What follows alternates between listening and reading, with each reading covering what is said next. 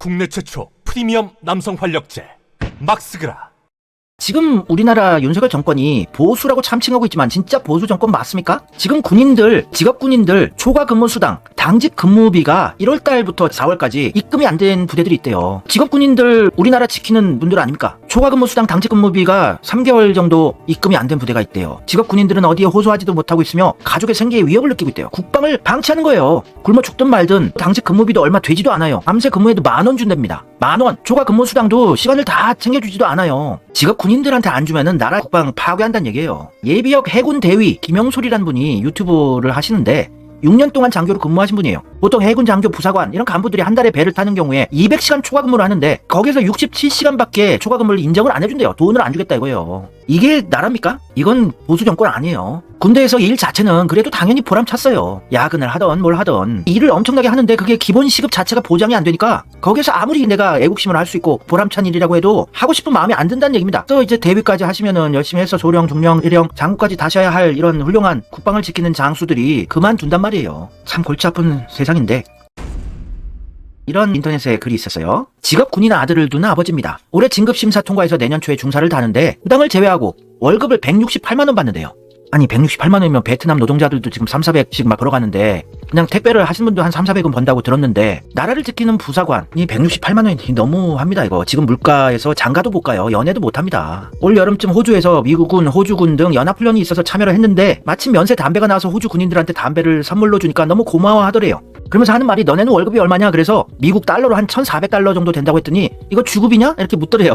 주급 한 주에 1,400달러요? 아니 한 달에. 그래서 월급이라고 했더니 담배를 돌려주더래요. 미안해서. 이거 못 받는다고. 얼마 전 우연히 나라에서 발주하는 공사 견적서 같은 걸 보니까 1,800짜리 공사가 하청업체에서 600 정도에 나오더군요. 하청업체는 600이면 단가가 좋은 거라고 합니다. 도대체 얼마나 뻥튀기해서 견적을 내길래. 누구 말처럼 나라에 돈이 없는 게 아닙니다. 도둑놈들이 많은 거죠. 싸이가 나오는 프레젠테이션 부산 엑스포 그게 50억짜리라고 하니 말 다 한 거죠. 또 오세훈 서울시장님 서울시 로고 만드는데 2억이 들었다고 하고 보수라를 참칭하는 들이 여기저기서 우리나라에서 수백조를 헤쳐먹는 거예요. 13조 정도야 충분히 마련할 수 있는 금액입니다. 적들이 수백억 수천억씩 해먹고 있는데 여기저기서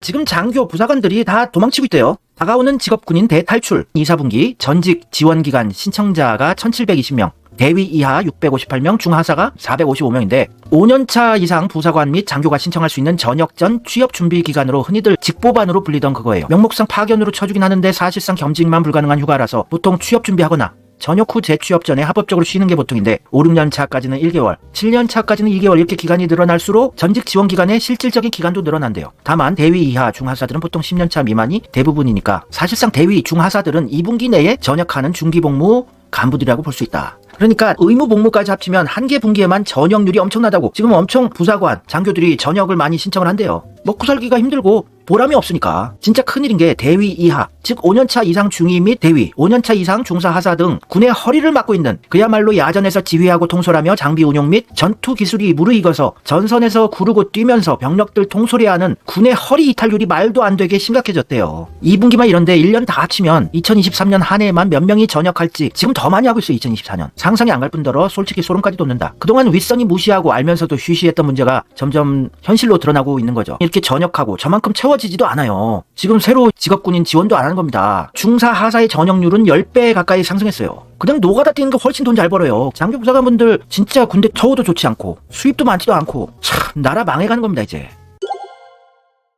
그리고 무관심한 윗선 태도에 실망해서 이탈하는 인원들이 늘어났다는 거예요. 전쟁 중인데 우리나라 전시 상황 중인데 아직 종전된 거 아니잖아요. 휴전 중이잖아요. 지금 아직 전시 상황과 마찬가지인 상황인데 국방의 허리라고 할 수 있는 중위, 대위, 중사 하사분들이 다 전역을 해버리면은 나라 이제 국방 아작 나는 거예요. 요즘 출산율 때문에 병력 수급의 적신호가 커졌다고 떠들썩 하던데 병사뿐만이 아니라 초중급 간부들 충원율보다 이탈률이 훨씬 많은 상태래요. 그러면 이제 출산율, 인구 감소 효과랑 똑같은 군 감소 효과, 나라 망할 상황이에요. 간부가 부족해서 기갑부대에 전차 사격 훈련하는데 전차는 풀티오인데 간부가 없어서 병력이 없어서 1번 단차 사격 후 승무원이 2번 3번 전차로 옮겨가며 사격 훈련한다는 이야기는 벌써 육군 내에서 유명한 겁니다. 사단들도 없어지고 있어요. 지금 저출산으로. 이기자 부대 없어졌죠. 그런데도 육군은 정신 못 차리고 얼마 전에 떠돌던 가스라이팅이나 괴문서나 뿌려대고 있으니 국군의 미래가 정말 어둡다고 할 수 있다. 의무 복무 마치고 중장기로 복무할 간부들이 그럴 거란 기대를 저버리고 어마어마하게 탈출하고 있다. 심지어 현재 연금까지 포기하면서 대한민국 국군 계획은 병 비율을 줄이고 오래 복무할 숙련 간부를 늘려서 국군 50만 원을 유지하는 거예요. 그래요. 지금 병사들 월급 200만 원 준다 이런 것보다 젊은 청년들 2년도 근무 안 하잖아요. 군생활. 거기에다가 쓸 바에는 부사관들, 장교분들한테 월급 많이 올려드리고 국방을 현대화해서 인력보다는 최첨단 무기로 싸우는 국방 시스템으로 교체를 해나가야죠. 근데 이제 군인을 하려는 사람들이 없어요. 망해가는 건데 빨리 정권 교체를 해야 됩니다. 지금 이대로 가다가는 망해요.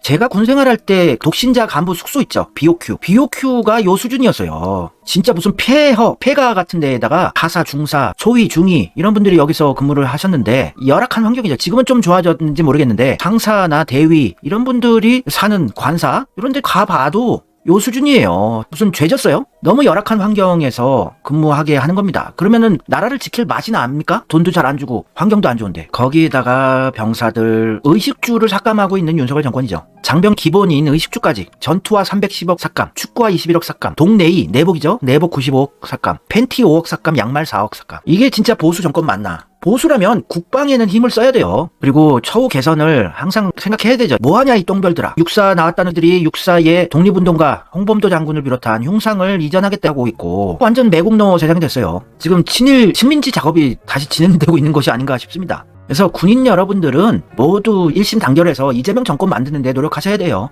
그래야지 자부심 넘치는 장교, 부사관 생활을 하실 수 있는 거죠.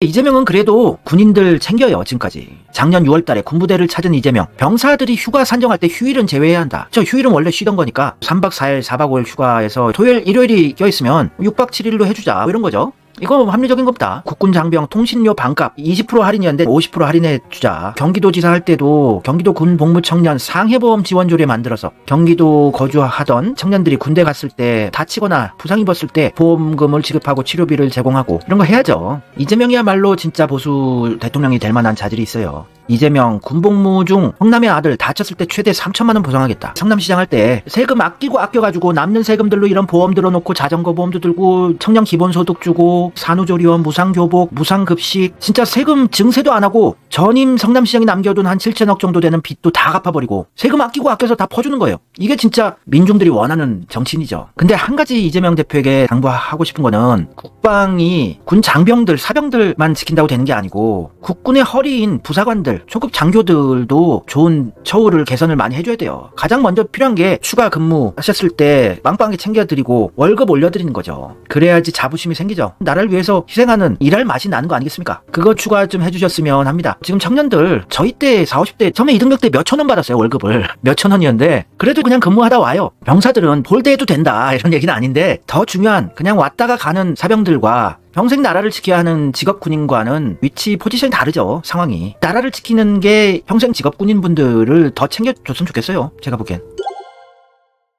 이재명이야말로 진정한 의미의 보수 대통령이 될 만한 자질이 있죠. 성남시장 할 때도 보수들을 다 끌어안고 자기 편 만들어서 자기 세력으로 쓰는 사람입니다. 제한군인회를 꼬셔가지고 성남시에서 공공산후조리원 요거 성남시장 이재명이 밀어붙일 때 자기 정치적 세력으로 이거 수용하라고 보건복지부 압박하고 그래서 성남시 제한군인회에서 이재명을 제한군인회 고문으로 추대를 하고 제한군인회는 태극기 군복 입고 태극기 부대 선봉에 드는 분들 아니에요. 이분들을 자기 편으로 만드는 정치력이에요. 이재명에 대한 가짜뉴스만 사라진다면 언론개혁을 해서 없앤다면 이재명을 보수가 진짜 사랑할 수밖에 없는 캐릭터입니다.